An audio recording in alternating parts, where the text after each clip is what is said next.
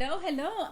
Today is such an exciting day, such a grateful day, and I say that with a purpose. I'm Mery Dominguez, parent engagement expert, and I'm here with Vismaya Rubin. And if you don't know Vismaya, you get to meet her today, and I bet you do know Vismaya. Who doesn't know Vismaya? Well, I'm super excited because one of the things that I always encourage parents to do is to talk to their kids about gratefulness, to teach them how to be grateful, and to really hone that practice of gratitude. And here is our grateful gratitude guru who actually has an amazing movement. He's going to talk to us about that today. And I am so excited. So thank you so much for saying yes to this moment. And tell me, this is my first. How did you get started in this movement? So that's a long story, but a very quick story is that I went to a women's workshop at 11 and a young girl was talking about how she has little boxes by her bed and how she carries, puts the things that she's grateful for, her concerns, her thoughts. And I had just, did a fall cleaning that day, and I was like, wow, I have all these boxes from when I traveled. I didn't think anything of it because they were tiny boxes. When I got home that day, kind of let the idea go. A few days later, one of my girlfriends calls and she says, oh, I'm having such a bad day. And she wasn't somebody who normally complained. So I said, well, if you had a gratitude bag, and that was how the idea started. So It's definitely been a work in progress. And now we're the Living in Gratitude Today movement, and I am the #1 gratitude gangsta. What? Yes, you are. I see somebody joined us. Yes, you Hey, are. Wendy. Hey, Wendy, thank you so much for joining us. We're here live, and I get to share some time with Vismaya, the queen of gratitude. And I'll tell you that I've been doing tons of research. I'm always doing research, just things that are going to support parents, that are going to help parents become more engaged with their children, especially their teenagers. That's the time of life when parents are speaking different languages, when they're trying to, kids think they're grown and they want to do their own thing, and then it's almost like, okay, I guess they're doing their own thing. And I beg to differ. I think that it's a great and beautiful opportunity to continue to teach them and continue to mold them. So I'm curious, as far as I know, you've worked with teenagers before, so what's your recommendation to teach gratitude to kids, to teenagers? Like, because I know a lot of them sigh, like, yes, I said thank you. Like, what do you teach teenagers? So, I used to be a Miami-Dade public school teacher. For 20 years, I taught in the Miami-Dade school system. Woohoo! We both taught there, but we didn't know each other at the time. And I used to have my students keeping gratitude charts. But, one of the things that I will say to parents is, our kids pay attention to what we do. They see what we do, and they hear what we say. So I'll give you a fast example. Anybody, if you live in South Florida, and I'm sure it's everywhere else in the world, during rush hour traffic, the traffic is hideous. It's not a pleasurable situation. I drive on 95 sometimes, and I say 4-letter words that are not very nice. But I've learned how to kind of deal with it. So here's a perfect example. You're driving down I-95. It's rush hour traffic. You're exhausted. You're tired. You come home. And you also have to do this as the adult. So it's not just about talking. It's about what are you doing. So as the adult, what am I doing during that rush hour traffic? Am I cursing and screaming, or am I finding valuable use of that time? So now one of the things, I'm human, and once in a while I'll shout out a few little 4-letter words, but I'll put on a podcast, and I'll use that time where I get to nourish my soul, and I get to listen to something that I enjoy listening to. Or, I will call friends. People are always like, are you in the car? Because that's the only time you call me. But so I'll use time to catch up with people I haven't talked to in a while. But here's the catch. How does that affect teens? Or how do we tie that into teens, to answer your question? When you get home, yes, it's easy to say, oh my God, the traffic was horrific. I was in traffic for 3 hours. I left work at 1 o'clock and I didn't get home till 6 o'clock. Or you can say, wow, the traffic was really a nightmare, and I used that time to listen to podcasts, or I got that time to catch up with my friends that I haven't talked to, and I'm so grateful that I get to now be home with you. Yes. So you're reframing that situation not only for yourself, but you're expressing that you did get frustrated, because it's normal to get frustrated. Yes. And you're letting your child know, or your teen know, this is how I shifted that situation. And I think that's really important, because it's not that we can change every situation, but we can change our perspective. Absolutely, absolutely. And that's one of the things that I always, I tell the parents and I talk about all the time, is changing the perspective, because that's what you can control. You can't control other people's reactions. You can't control how things are going to go down. You may have a plan, but when you change your perspective, why did that happen? What did I learn from that? And understand that everything is an opportunity. It's an opportunity to grow, an opportunity to celebrate, an opportunity to learn from, and that's what it is. And I love the word that you keep using. I hear it, and it's that word that really changes our life. It's and. You didn't say but, you said and. It was, I was in traffic and I got to do this. How phenomenal is that? Not seeing things as an objection, not seeing things as, wow, it's just horrible. It's, and what do you get from that? And it's really something that brings in conversation. I even talk to parents, encouraging them that, why settle with a one-word answer? I hear that a lot. My kids aren't really talking to me. And and what? And I realized that if we only asked and, we get a little more. It's almost like making them think we want to hear more. And I think that is a reason why to be grateful. What else do you want to share with our viewers? Because I really wanted to invite you, make you part of this 21-day challenge that I'm a part of, and I'm really enjoying it, because it's gotten me, given me the opportunity to talk to more people that have reached out to me through DM, through calls, people that hadn't seen me, people that have reached out to me to say, wow, I didn't know you were a parent engagement expert. I'm like, go figure. And it has been a true journey. And one thing that I've also done is done more research. A lot of these gurus that we hear about, like Tony Robbins, Teen Graciosi, people that have made it, one of the things that they have in common is their gratitude practice.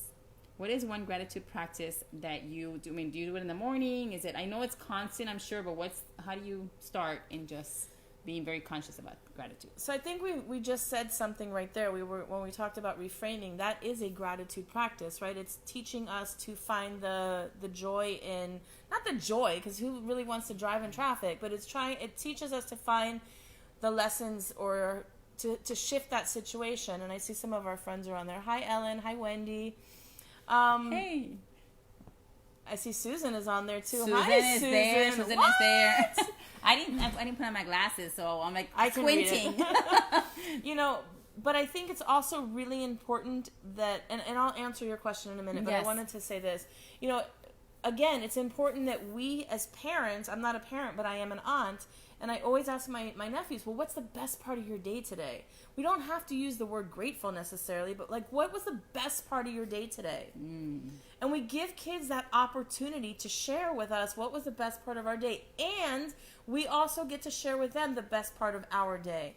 And we go through that on a regular basis. And I think what happens is that we're letting our kids know, that we also pay attention to that. It's important to notice those moments. Right. If something great happens in the day, acknowledge it out loud. Wow, this is what I got to see today, or this is what I got to do today, and really verbally express it. Yes. Yes. As far as my gratitude practice in the mornings, I like to take a look at the day before. So, but what I also really try to do is I try to find things that are unique to that day. So I don't write in my gratitude journal, I'm happy I'm alive. I'm like, tomorrow, one of the things I'm going to say is that I'm happy that Mary surprised me and came by my house today and we did a Facebook Live together, because that is something that's unique to today, Tuesday, whatever day of June it is. But find things that are unique to the day, and I write them in my gratitude journal. And I know that a lot of people say, well, I don't write them anymore, but for me, writing them down has a couple of advantages. Number one, it gives me a place to have all of this collection of beautiful things that happen in my life, and then if I get to go back and read it, and some of the times I don't remember what I wrote, so now I get to celebrate again, and that's kind of cool. Yes. I love journaling, as a matter of fact, and I thank you for mentioning that and reminding us, because that is an excellent practice. Not just think about it and say it, but really write it down.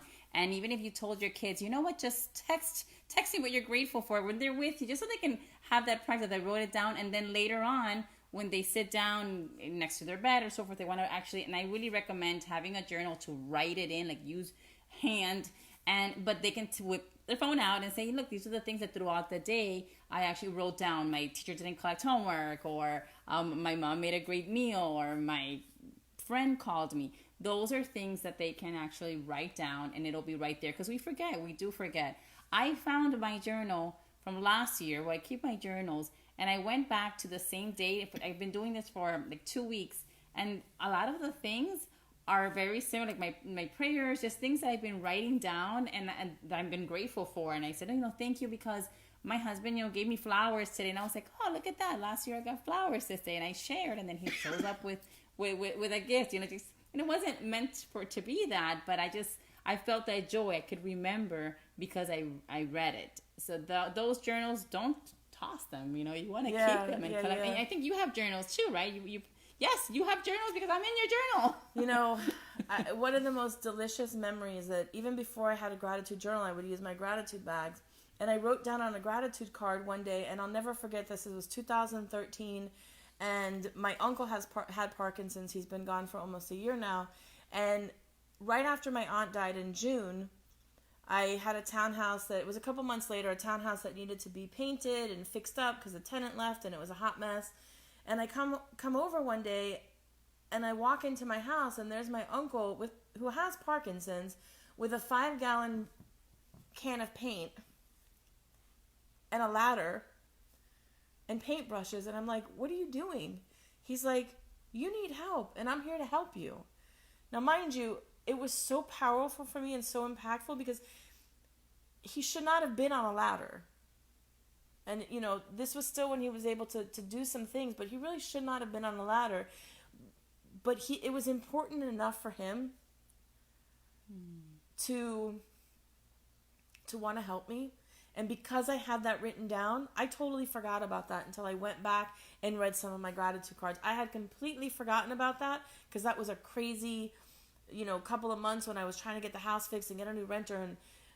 But that moment was so powerful for me. And now that he's gone, I look back and I'm like, he loved me. And I knew he loved me at the time, but like, what an act of love. And thank God I wrote it down, because now I remember it forever. Wow, thank you for sharing that beautiful story. And it also brings me to another point, because sometimes we're so concerned with other people. They love us, and they know, because my dad's like that too. Like, he'll go out of his way to do things which he should not be doing, but he wants to help. And then everyone's so quick to saying, you're not supposed to be doing that. Stop it. Get rid of it.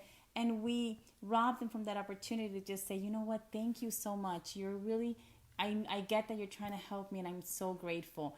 Be aware. Be very conscious about those moments, those just moments of kindness, and those, even no matter how little they are. I remember my grandma, she was 92 years old, and she would try to tell people how to cook, and I'm like, we got this. No, let me taste it. Let me make sure. And to her, it was just a way of helping. And I don't think anyone was thinking of saying, thank you for helping me make this rice. You did it. And it's a way that they get to feel useful. So be aware of those people around you, especially their elders, who they may seem like they're in the way, they don't know any better, but just don't rob them from that opportunity to say thank you and acknowledge what they do. Right. Well, this has been a treat. Thank you so much. As we were sitting together and catching up, I said, this is what a great opportunity, because I'm in this challenge, and the goal of this challenge is to educate, motivate, or inspire 21 people or more. This is the goal. And I know that based on feedbacks and comments that I'm on track, and I'm very, very excited, and most grateful, because people like Vismaya that say yes, and that they're doing amazing things for you, for our kids, and for the world. This is a world changer. I mean, this is what we call someone that's devoted to changing the world. How do you change the world? One person at a time. And anytime I get to be on Facebook Live, let's be real. I like Facebook Live. I love Facebook Live. She is not shy on Facebook. I did my hair this morning. I have little beautiful hot, I don't know if you can see it, but red little angel hair or fairy hair in my hair. It looks super cute. So I love to be online, and I love to be online with my friends. So this has been really fun, you know. Yes. And I know today I went to my Toastmasters meeting. I got to present at Toastmasters. I won. Yes, it's cool. And one of the things that the topic today was being shy. And someone asked, the question was, who here is shy? I could not raise my hands to that because my dad and mom did not raise a shy girl. I think they shook it out of me. I do want to end with this when it comes to gratitude and when it comes to encouraging your kids to be grateful. There are some things that you do as parents, you get to teach your kids. It's just not going to come like, oh, they're just not really, because they're shy, they don't really say thank you. But they mean well. No, this is a practice. It takes an everyday, and then it becomes second nature, but it really takes the practice of the action. It might take, them saying it, and eventually it just becomes, like I said, second nature. I sometimes I feel like I tell my daughter, and she's 18 already, and I tell her, oh, did you say thank you? Just remind them. I have to say this because you were saying that 2 years ago I did a gratitude summit that you were part of. And one of the guests got on and talked about, writing on Post-it notes what you're grateful for at dinner time with the family and sticking them on a wall. And every time I go to one of my friend's house, my friend Sherry's house, I see a hallway filled with all these Post-it notes of what she's grateful for. And it reminds, like you said, these kids to be conscious. Yes. Because every time they walk down the hall to go to their room, to go to the restroom, to go whatever, they see those sticky notes. Yes. So it was it's a fun way to get family participation. When guests come over, they have them write it down, and it brings awareness on a regular basis, and it reminds them. Absolutely. So that's a perfect assignment. The parents, pull out those sticky notes. If you don't have sticky notes, a piece of paper, a little piece of tape, girl, Dollar will Tree, be fine. Please. Dollar Tree. But I wanted to do this, to start doing it today, and just think of those 5 things that you're grateful for that you can tell your son or your daughter, because we think they already know. But trust me, words of affirmation, they get to hear it. Thank you because I didn't have to ask you to throw away the trash, and you did it. Thank you. And thank you because you washed the dishes. Even if those are their chores, but acknowledging them. Yes. It's so important. It's so important. Yes. Awesome. Well, thank you so much, Vismaya. Thank you for being on my live today. And I'm very, very excited that we got to do this, that we get to inspire, educate, and motivate. I'm Mery Dominguez, Parent Engagement Expert, CEO of Parenteen Moments. Can't wait to share with you again. How do they find you, though? What's your website? Well, they can find me. Thanks for asking. www.parenteenmoments.com. That's parent, EEN, moments.com. I'm on Instagram, too, at parenteenmoments.com. And on Facebook, Parenteen Moments with Mery Dominguez. So it's interesting because your parent and your teen are sharing the tea. Oh, yes. They're right on top of each other, right there. No separation whatsoever. And go ahead and tell them how they can find you, Vismaya. You can find me at livingingratitudetoday.com. And if you like what we're talking about today, there's more of that. Join the movement. livingingratitudetoday.com/join. Hey, Jen. And I also want to acknowledge Janelle, who came on live. Thank you, Janelle. I know that then we had a few people that popped in, and I missed as they were scrolling down. So, okay. I will definitely acknowledge you personally. Go back and just say thank you. If you watch this live, put a number 1. And if you watch this through a replay, then go ahead and put a number 2, and I will know. Thank you. Have a wonderful rest of the day. Stay grateful, stay happy, and smile.